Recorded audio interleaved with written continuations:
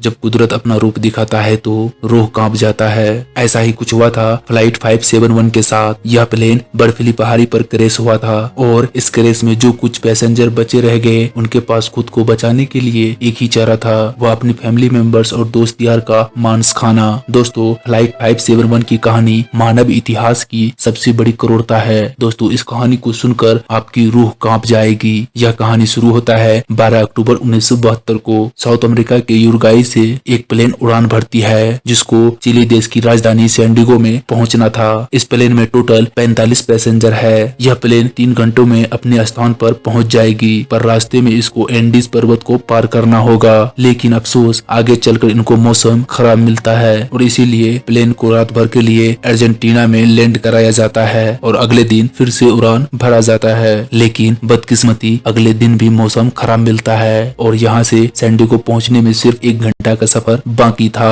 Pilot को पूरा भरोसा था कि यह 1 घंटा में सैन डिएगो पहुंच जाएंगे। यह प्लेन धीरे धीरे एंडीज की पहाड़ी को पार करता जा रहा था, लेकिन अफसोस, आगे चलकर मौसम बहुत ही खराब होता जा रहा था। पायलट को आगे कुछ दिखाई नहीं दे रहा था, जिससे वह आसपास की पहाड़ियों को देखकर आइडिया लगा लेता कि प्लेन अभी कहाँ पर है। लेकिन इस समय तो पायलट प्लेन की एल्टीमीटर पर ही निर्भर था, क्योंकि पायलट को पता था कि वह 1 घंटा में सैन डिएगो पहुंच जाएंगे और इसीलिए वह अपनी लोकेशन का रफ आकलन करता रहा। और जब पायलट को लगा कि वह एंडीज को पहाड़ी को पार कर लिया है, सैन डिएगो एयरपोर्ट से ईटीसी से प्लेन लैंड कराने की अनुमति मांगी। ईटीसी ने पूछा कि आपने एंडीज पहाड़ी को पार कर लिया है? तो पायलट ने बोला हाँ। ईटीसी ने परमिशन दे दिया, क्योंकि ईटीसी पायलट के दिए हुए लोकेशन पर ही निर्भर था। और पायलट को कहा कि आप प्लेन को 11,000 फीट की एल्टीट्यूड पर ले आओ। 2 या 3 मिनट बाद पायलट ने प्लेन का हाइट धीरे धीरे कम करने लगा और जैसे ही प्लेन नीचे आता है तो पायलट को दिखाई देता है अभी तो एंडीज की पहाड़ी ही चल रहा है और आगे बहुत बड़ी चट्टान दिखाई देता है। यह देखने के बाद पायलट जल्दी प्लेन को ऊपर उठाने की कोशिश करता है, लेकिन अफसोस, प्लेन का पिछला हिस्सा पहाड़ी से टकरा जाता है और प्लेन डिसेबल हो जाता है और प्लेन का फ्रंट पार्ट 350 किलोमीटर की रफ्तार से नीचे ग्लेशियर में टकराता है। प्लेन तुरंत ही तहस नहस हो जाता है और पायलट तुरंत ही मारे जाते हैं। 45 में से 12 लोग इसी घटना में मारे जा चुके हैं। बाकी 33 में से कुछ लोग बहुत ही जख्मी है। उसे ये भी नहीं पता कि वह उस समय कहां पर है। यह वीरान एंडीज की पहाड़ी अब उन पर कहर बनकर बरसने वाली है। इसके आगे की स्टोरी जानकर आपकी रूह कांप जाएगी। लेकिन अफसोस की तो यह बात है कि जल्द ही शाम ढलने वाली थी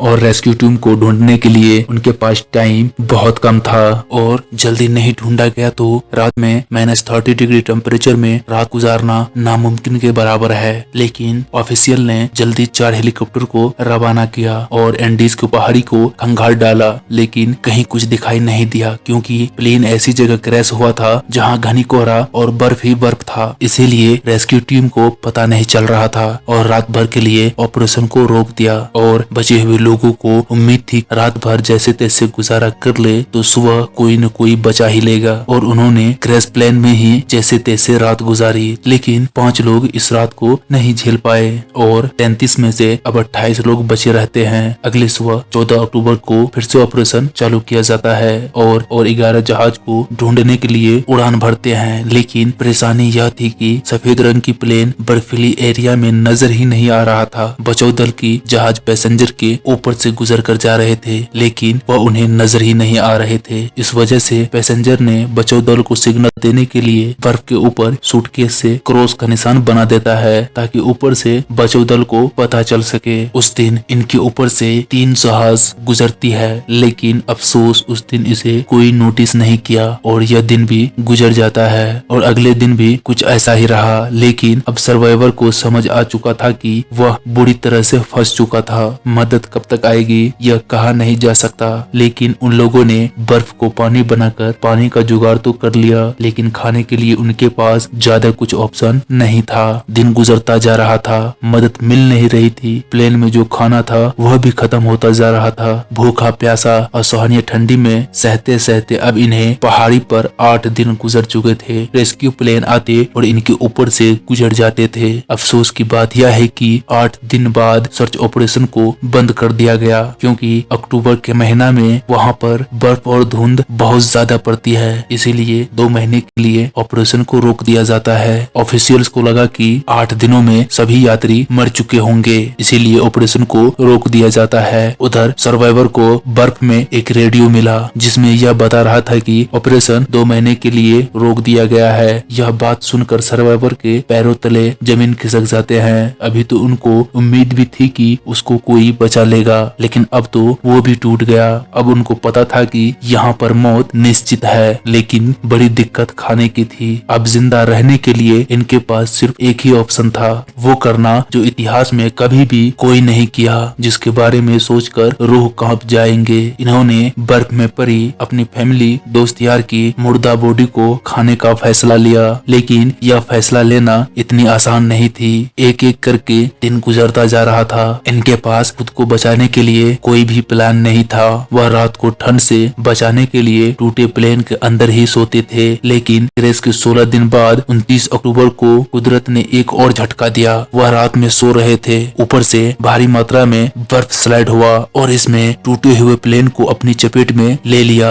और इसी टूटे हुए प्लेन में सब पैसेंजर सोए हुए थे, लेकिन ऑक्सीजन नहीं मिलने के कारण उनमें से 8 लोग और भी दम तोड़ दिए और अब केवल 19 लोग ही जिंदा बचे। वो भी बर्फ के नीचे दबे हैं और इस बर्फ से निकलने में इन लोगों को 3 दिन का समय लग जाता है और रियलाइज हो जाता है कि यहाँ रहने से सबके सब मारे जाएंगे। उन्होंने एक फैसला लिया, इन सभी में से जो कम जख्मी थे उन लोगों को इस पहाड़ी से बाहर जाने का फैसला दिया और निकल पड़ा। जाते समय इसे प्लेन के पिछले हिस्से टूटे हुए दिखाई देता है। वे उनके पास गए तो वहाँ पर उनको खाने के लिए बहुत कुछ मिल जाता है, लेकिन प्लेन की उन पिछले हिस्से में एक बैटरी भी मिलती है। उन्होंने सोचा कि क्यों न इस बैटरी को मैन पार्ट के पास ले जाया जाए ताकि उनकी कम्युनिकेशन डिवाइस को चालू करके मदद बुलाया जाए, लेकिन ऐसा करने पर उसे सफलता नहीं मिली और क्रैश के 59 दिनों के बाद कुदरत का कहर फिर से बरसाया गया। फिर से भारी मात्रा में बर्फ की स्लाइडिंग हुई और इनमें 3 व्यक्ति फिर मारे जाते हैं। बचे हुए लोगों की संख्या अब केवल 16 रह जाते हैं, लेकिन तीनों नौजवान बिना किसी सेफ्टी के ग्लेशियर पर चढ़ाई करने के लिए निकल पड़ते हैं। यह तीनों पश्चिम दिशा की ओर निकल पड़ते हैं, लेकिन इन्हें यह पता नहीं है कि यह किस दिशा में जा रहे हैं, वहाँ कोई इंसानी बस्ती मिल पाएगी कि नहीं। और इसे उम्मीद था कि